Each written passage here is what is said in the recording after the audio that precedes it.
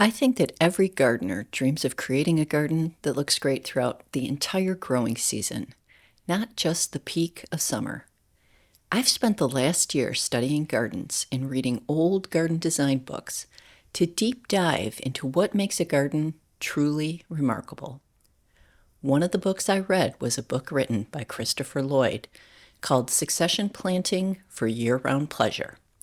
This book unlocks the secrets of how to create a garden that is ever-changing and exciting throughout the entire growing season.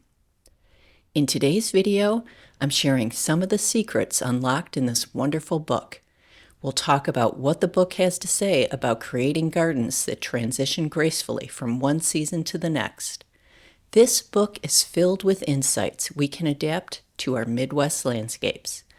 By the end of the video, I'll share examples of strong anchor plants, wonderful plant combinations that look great all season, and a helpful hint of what variety of daffodil is best for planting within our flower borders. Christopher Lloyd wasn't just any gardener. For decades, he cultivated Great Dixter, one of England's most renowned gardens, a garden that's often described as a place where something magnificent is always happening, no matter the month. The front cover of the book describes what we can expect from its contents, and this is what it says. Week after week, year in, year out, visitors flock to see Christopher Lloyd's exuberant plants at Great Dixter in Sussex, England, wondering how on earth he achieves the continuously exciting and ever-changing displays. In Succession Planting for Year-Round Pleasure, he reveals the secrets and wily tricks of keeping his celebrated borders lively in every season.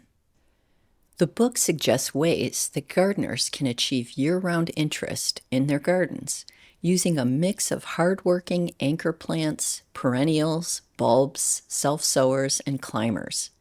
This is an easy thing to say, but getting that combination of plants to work well and grow well together, that requires detailed knowledge of how plants grow.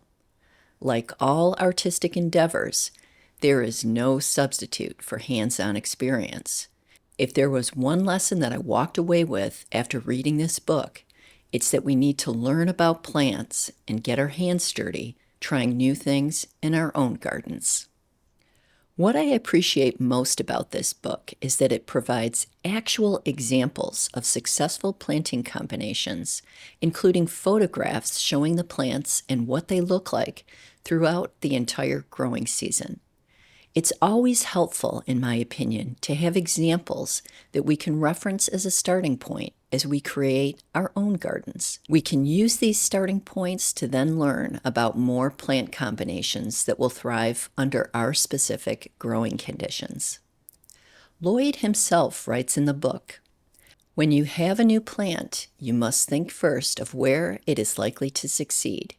Using your eyes is critical, and you need to study your border year-round, pretty well every day in fact, ever criticizing, ever assessing, and working out how things might be better.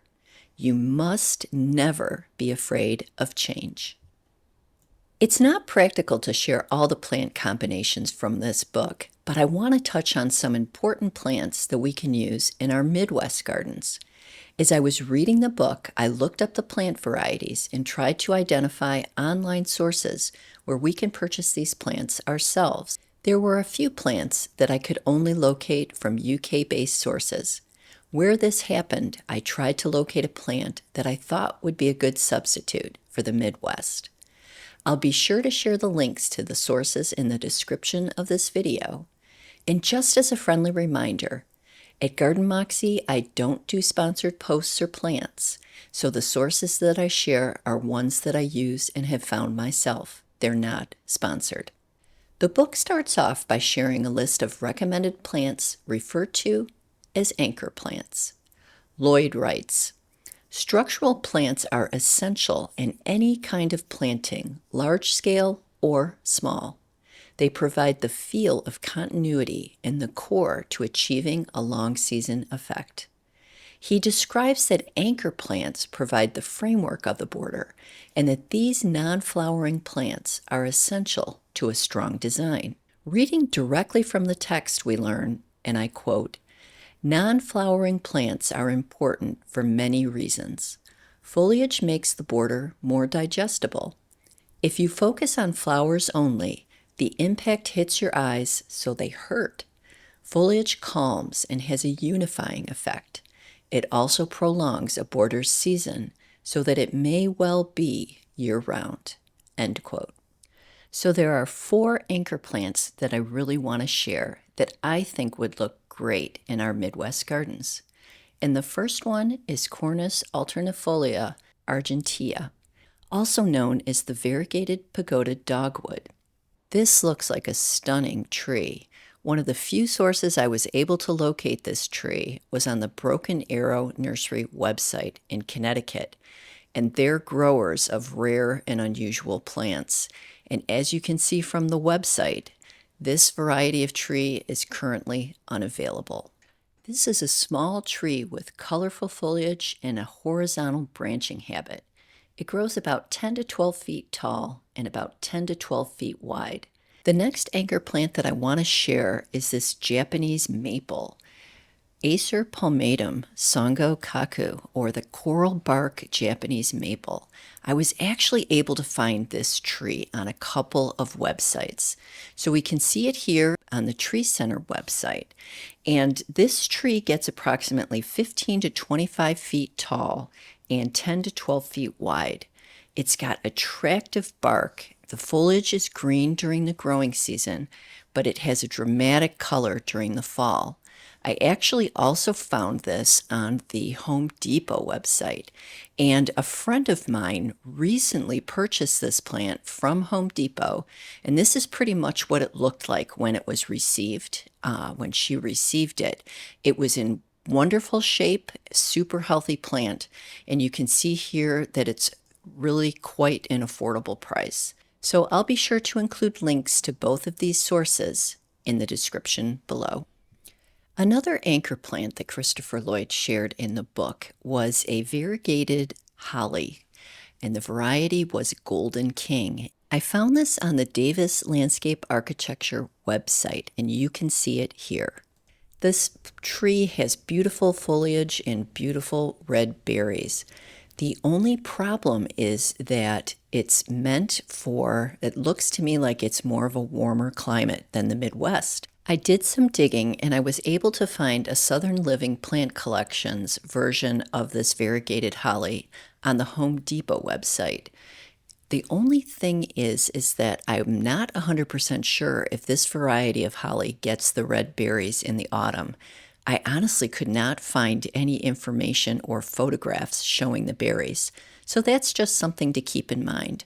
The last anchor plant that was mentioned in the book is a variety of spirea called Gold Flame.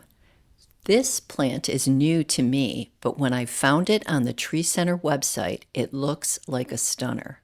It's a small deciduous shrub. It can grow in full sun to light partial shade. It does flower in the springtime, and it grows 3 to 4 feet tall and 3 to 4 feet wide. It's considered to be low maintenance and it's cold tolerant. I think for me, my favorite part of this entire book was the section where Christopher Lloyd talks about perennials and bulbs sharing the same space. And he acknowledges the difficulty of digging into existing bulbs when you're adding new plants to a border. The book states to avoid this, he used specific plant combinations that allowed for the later plants to protect the space occupied by the bulbs, or he marked the bulb locations using bamboo sticks. And one of the things that I really never thought about until I read this book was the different leaf shapes of daffodils, that some are more appropriate for a border than others. And as you start to read the details, you really understand the idea that we need to have a great understanding of what plants look like as they grow and develop. So Christopher Lloyd goes on to explain that the types of daffodils that he likes to use in the border are either Tyandrus or Cyclamenius types of daffodils. I'm here on the John Sheeper's website, which is an excellent source for daffodil bulbs, and you can see here the list of Cyclamenius daffodils.